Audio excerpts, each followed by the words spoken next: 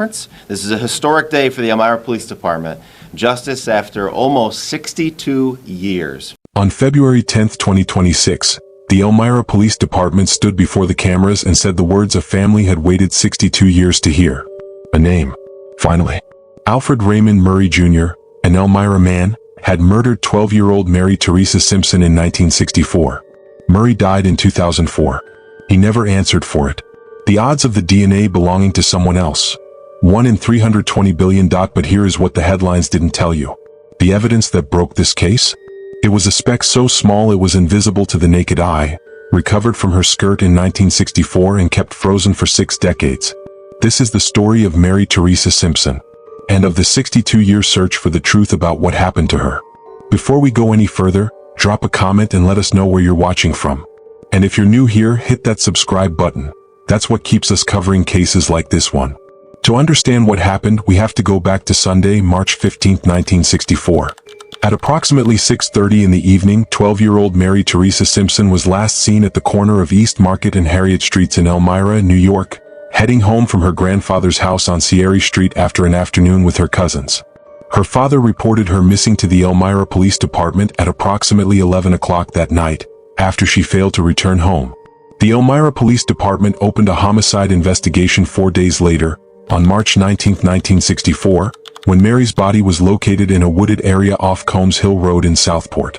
What followed would become one of the longest cold cases in Chemung County history, 62 years before a suspect would be named. It was an ordinary Tuesday afternoon when a man hiking through a wooded area near Combs Hill Road in Southport made his way through the trees with his sons. He noticed debris, branches, sticks, dirt, and heavy stones, arranged in a way that didn't belong to the landscape. Beneath it was a child. The Elmira Police Department responded. Investigators determined Mary had been sexually assaulted and strangled. Her mouth had been stuffed with twigs and dirt. Her body was partially hidden under 4 heavy stones, 7 miles from her home. Despite an intensive investigation involving hundreds of interviews conducted over the decades that followed, no suspect was ever identified. What police did do, and what would matter more than anyone knew at the time, was preserve everything. Evidence from that scene sat untouched in a freezer at police headquarters for decades, long before anyone imagined what DNA technology would one day make possible. Over the next several minutes, we're going to walk through everything investigators knew, everything that went cold, and the single piece of evidence, invisible to the naked eye, preserved in a freezer for 61 years, that finally broke this case open. But before we get to the investigation, you need to know who Mary was. Mary Theresa Simpson was 12 years old. She had grown up in Elmira, New York, the county seat of Chemung County, sitting in the southern tier along the Pennsylvania border, a working city that in the early 1960s still believed it was the kind of place where nothing like this happened. Family members, teachers, and neighbors who knew Mary described her as sweet, quiet, and polite, shy around strangers but not withdrawn. Her sister Linda remembered her as a very active person. They went to the neighborhood house together, Girl Scouts together, roller skating together, dancing lessons together. Mary was born to Ellsworth and Rose Simpson. After her parents separated in May 1963, she lived with her father. In late 1963, the two had moved briefly to Hammondsport, before returning to Elmira in the early weeks of March 1964, just days before she disappeared, after her father found new work in the city. She didn't have a lot of friends because the family had moved frequently. She was still learning the new neighborhood, still finding her footing. On the afternoon of March 15, 1964, Mary left her father's apartment to visit family. She spent an hour at her mother's house. Then she went to see her cousins on Sierra Street. At some point before 6:30 in the evening, Mary Theresa Simpson waved goodbye to her cousins and her aunt, turned, and headed home to her father's house. Her cat-eye glasses were on her face. Her fan club card was in her pocket. She had the whole walk ahead of her. Elmira sits in the south-central stretch of Chemung County, New York, in the southern tier, pressed against the Pennsylvania border, surrounded on 3 sides by the township that shares its name. In 1964, its population was approximately 46,000, half of what it had been in 1950, a manufacturing city already in slow decline. It was a place where people worked the same plants their fathers had, where kids walked home without a second thought, where everyone recognized the faces on their block. The area where Mary was last seen, the corner of East Market and Harriet Streets, sits in a residential section of the city, unremarkable in every direction. Her body was found 7 miles away, in a wooded area off Combs Hill Road in the neighboring township of Southport. 7 miles. On a Sunday evening. On foot. It is, by every measure, an ordinary stretch of the southern tier. That is precisely what made it so easy to disappear. On the evening Mary Theresa Simpson disappeared, it was mid-March in upstate New York. In Elmira, average daily highs in mid-March sit in the low 40s. The sky is overcast more than 60% of the time. The ground in the wooded hillsides above Southport, where her body would be found 4 days later, would have been cold, compacted, and beginning to soften at the surface. In 1964, daylight saving time had not yet moved to its spring schedule. Sunset on March 15 fell at approximately 6:05 in the evening. Mary was last seen at 6:30 p.m. She was already walking in the dark. These details mattered to investigators from the beginning. Witness visibility was limited. The walk from Sierra Street to her father's apartment covered several blocks through a residential neighborhood, a route that no traffic camera recorded, that no passing car had any particular reason to remember. Despite hundreds of interviews conducted over the decades, no witness account placed anyone near Mary in that window. Mary's father reported her missing to the Elmira Police Department at approximately 11 o'clock on the night of March 15, 1964, after she failed to return home. A joint special task force was established.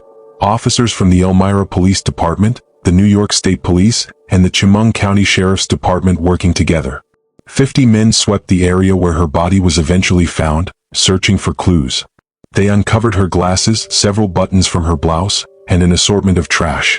In the days that followed, the Elmira Star-Gazette and radio station WLM offered a reward of $1,000 for information leading to the killer's arrest. Over time, that reward would grow to $5,000. Mary's sister Linda was out of town when it happened. She rushed home.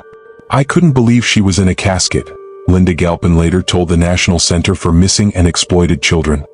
"I tried to jump in it. I wanted to be in there with her." Tips came in across the years. The case was reactivated multiple times. Various persons of interest were interviewed, including more than a dozen Chemung County residents who submitted to lie detector tests. None of them were Alfred Murray. The Chemung County Medical Examiner completed their examination following the recovery of Mary's body on March 19, 1964. The official cause of death was ruled to be strangulation. The manner of death, homicide. The medical examiner noted evidence of sexual molestation. Mary's body was fully clothed. Only part of her hand and one sneaker had been visible above the debris.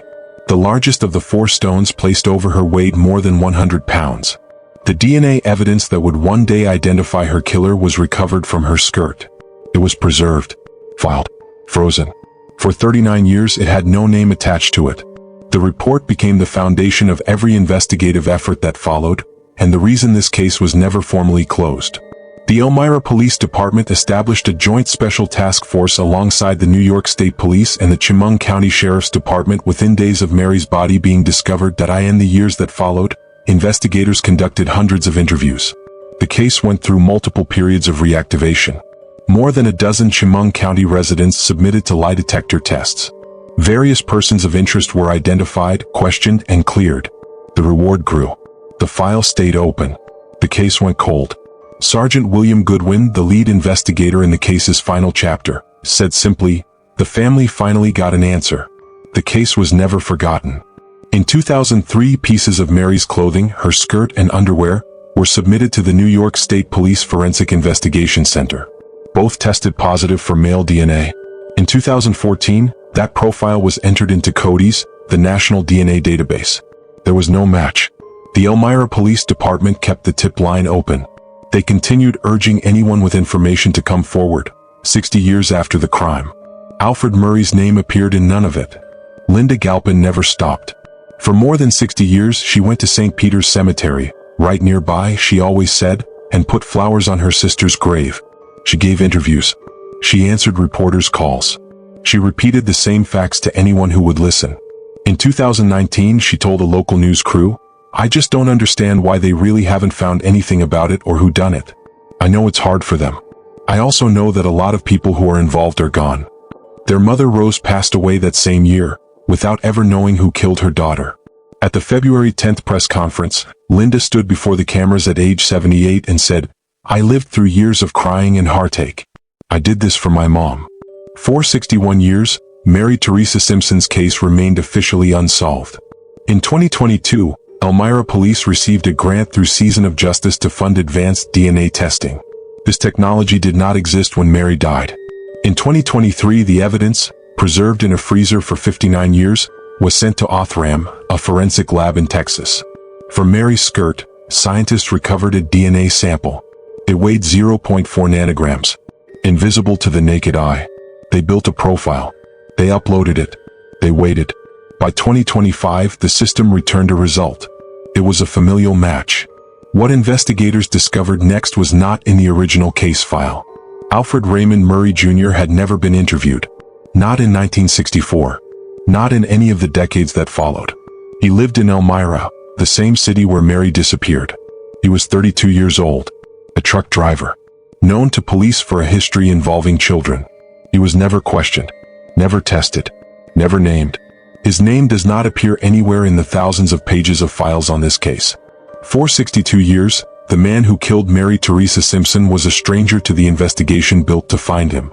The familial match pointed investigators toward a family cluster centered in the Elmira area.